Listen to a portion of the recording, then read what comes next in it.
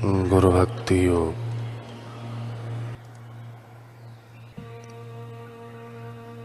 गुरु ही मार्ग है, गुरु ही जीवन है, गुरु ही आखिरी ध्येय है।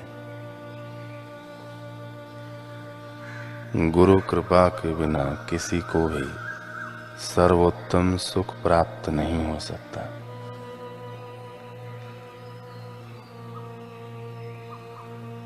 गुरु भक्ति योग एक स्वतंत्र योग है।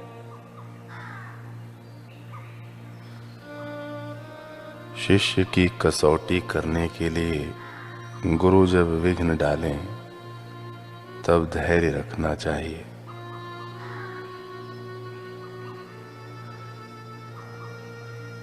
गुरु सेवा के कार्य में आत्मभोग देना, यह गुरु के पवित्र चरणों के प्रति भक्ति भाव विकसित करने का उत्तम साधन है।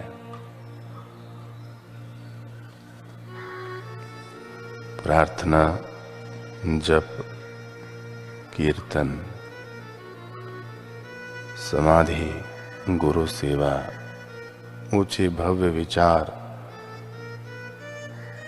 और समझ से मन की शांति उत्पन्न होती है।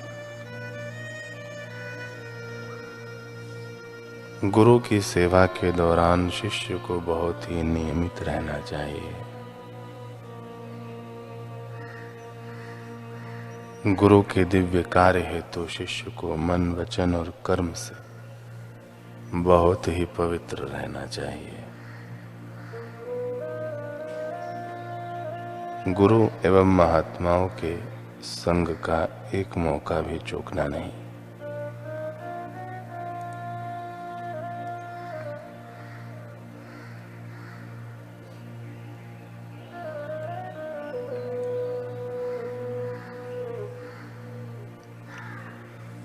सद्गुरु के सत्संग की महिमा अपार है।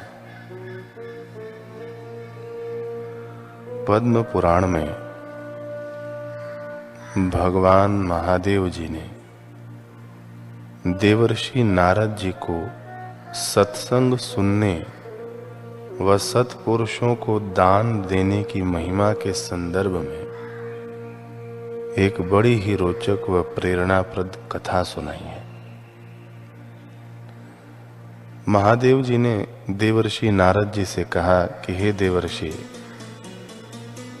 ब्रह्मपुत्र सनत कुमार ने मुझे यह उपाख्यान सुनाया था, वह मैं आपको सुनाता हूं।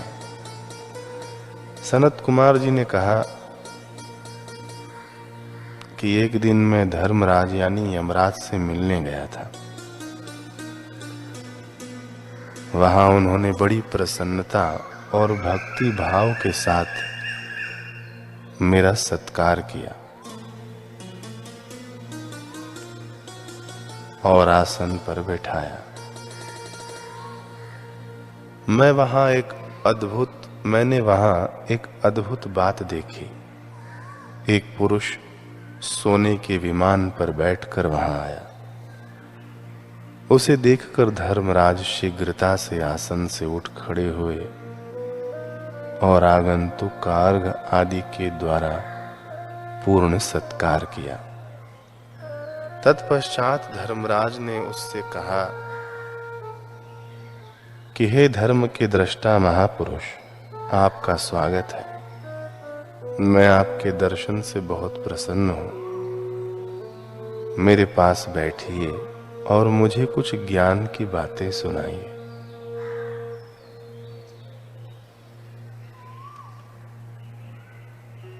इसके बाद उस धाम में जाना जहां श्री ब्रह्मा जी विराजमान है। धर्मराज के इतना कहते ही एक दूसरा पुरुष उत्तम विमान पर बैठा हुआ वहां आ पहुंचा। धर्मराज ने उसका भी पूजन किया तथा सांत्वना पूर्वक वार्तालाप किया। यह देख के मुझे बड़ा विस्मय हुआ। मैंने धर्मराज से पूछा कि इन्होंने ऐसा कौन सा कर्म किया है जिससे आप इतने अधिक संतुष्ट हुए हैं। धर्मराज ने कहा, पृथ्वी पर वैदिश नाम का विख्यात नगर है।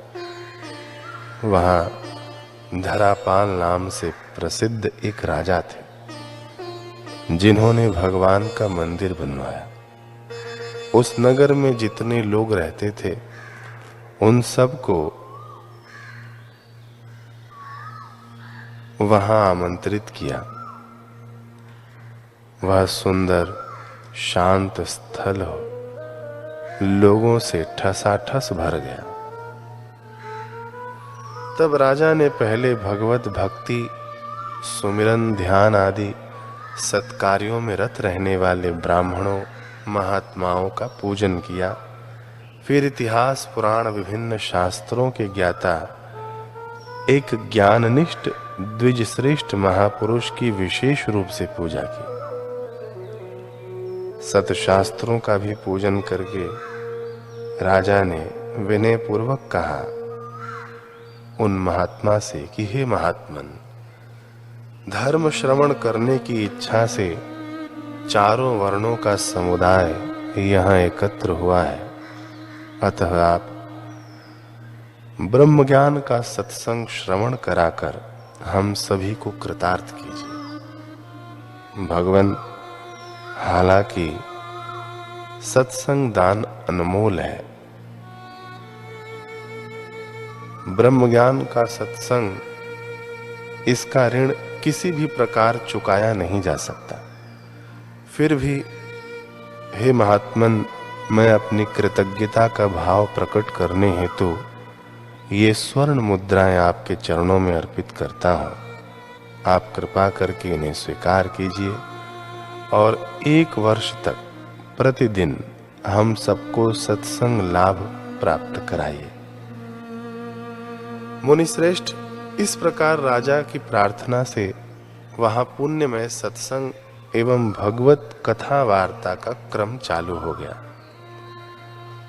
वर्ष बीतते बीतते आयु क्षीण हो जाने के कारण राजा की मृत्यु हो गई। तब मैंने और भगवान विष्णु ने भी इनके लिए द्युलोक से विमान भेजा था। ये जो दूसरे पुरुष यहां आए थे, इन्होंने सत्संग के द्वारा उत्तम धर्म का श्रवण किया था। ब्रह्म ज्ञान का सत्संग श्रवण करने से श्रद्धावश इनके हृदय में परमात्मा की भक्ति व परमात्मा के स्वरूप का ज्ञान उदय हुआ।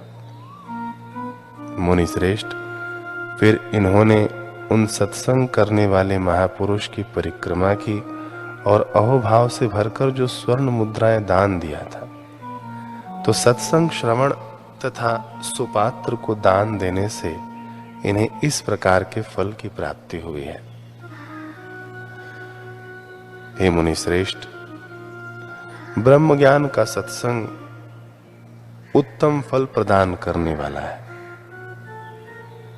और सबसे उत्तम में उत्तम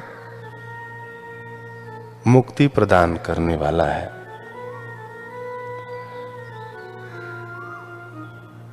महादेव जी कहते हैं कि हे नारद जी, जो मनीषी पुरुष इस पुण्य प्रसंग का महात्म्य श्रवण करते हैं, उनकी किसी जन्म में भी दुर्गति नहीं होती। गुरु